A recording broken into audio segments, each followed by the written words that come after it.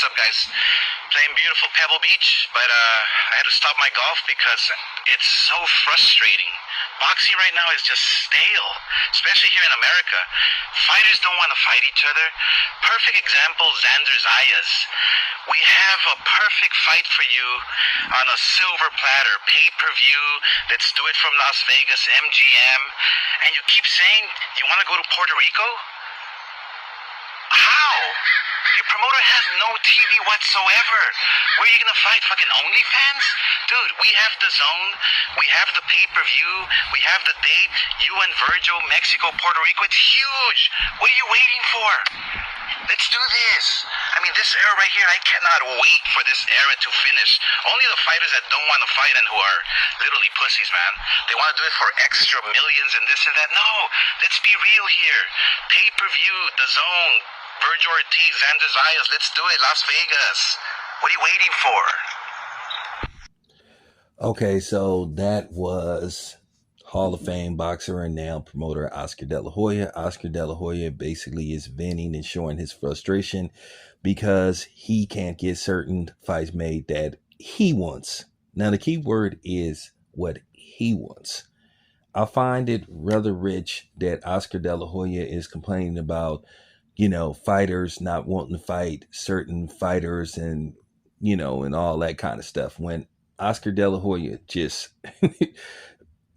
just flat out visibly said, that he isn't interested in rematching Rolly versus Ryan Garcia or Ryan Garcia versus Devin Haney. So I find that strange. Then not to mention, he protected Floyd Schofield for a while. He was hell-bent on not making a fight with Shakur Stevenson, in which, basically Schofield and his father, they basically bowed out of the fight with days left before the fight, and they came up with all these elaborate excuses and, on why they couldn't get the fight made. But at the end of the day, we all know that Shakur Stevenson was going to do a number on Floyd Schofield, just like he did on William Zepeda. Another fight that Oscar basically prevented from happening for, a couple of years. So, with that being said, Oscar De La Hoya is being a hypocrite. You just have to keep it 100. And I can go on about some more instance where he wasn't willing to make certain fights. Keep in mind, he didn't want to make a fight with Terrence Crawford and Virgil Ortiz when Terrence Crawford was campaigning at 147. So Virgil Ortiz had a chance to fight Terrence Crawford. You heard about injuries. You heard about every excuse in the book on why they couldn't get the fight made. Okay, fine. But I'm just saying, Oscar, please stop fronting like you're just trying to make, the best fights available happen. You may be on that stance now based off what's going on with Dana White and Turkey. Yeah, now you guys are trying to make the best fights available, but there was no hesitation. And I will say this much, at the same time, I do have to blame these fighters. He is right about that. You just have certain fighters that just don't want to take on certain fights because a lot of these fighters, they want to go undefeated for as long as possible because now that's what it has came to. Now it's about protecting your O as long as you can. So this is what you call the Mayweather effect.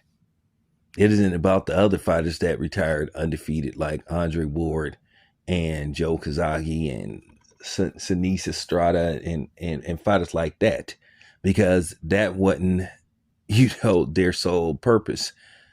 That wasn't something that was always getting blurted out their mouth. Floyd Mayweather, that was his lifeline. He held on to that like it was nobody's business. That's what he marketed himself around, him not ever losing a fight. And we can go back to the Castillo fight, and we can go back to the first Maidana fight, and we go back to the Oscar De La Hoya fight. But I thought for the most part he won all those fights. The Castillo fight, that was very controversial, but at the end of the day, Floyd's record says that he's undefeated. So I'm just keeping it a buck about that. Oscar is just not keeping it a bean. Now, with Xander Zayas and Virgil Ortiz, I just think that Xander Zayas probably isn't ready for a fight of that magnitude yet. There is levels to this stuff. And I think that, Virgil Ortiz is, I think he's a little bit above Xander Zayas. But it's boxing. Anything could happen. And I understand where Oscar is coming from, saying, hey, you guys don't even have a network deal right now. So you have something in place. So a lot of people are going to look at it as a duck. Then you're going to have some people say it's a smart business move. And you're going to hear some people say, oh, well, Xander Zayas, he's the champ, so he should be able to call the shots. But, my stance on this, if I was Xander Zayas, I would consider taking the fight, but I would put a rematch clause in there where they could run it back depending on how much damage both fighters take. But I would put an option of a rematch clause in there, and it's just as simple as that. But yeah, do I agree the fight should take place? Yeah, I do. But once again, it comes down to the promoters and the fighters. But I just had to call Oscar out a little bit on his hypocrisy. But, or not a little bit. I have to call him out on his history of hypocrisy. So, with that being said, it's your boy Town. I'm out.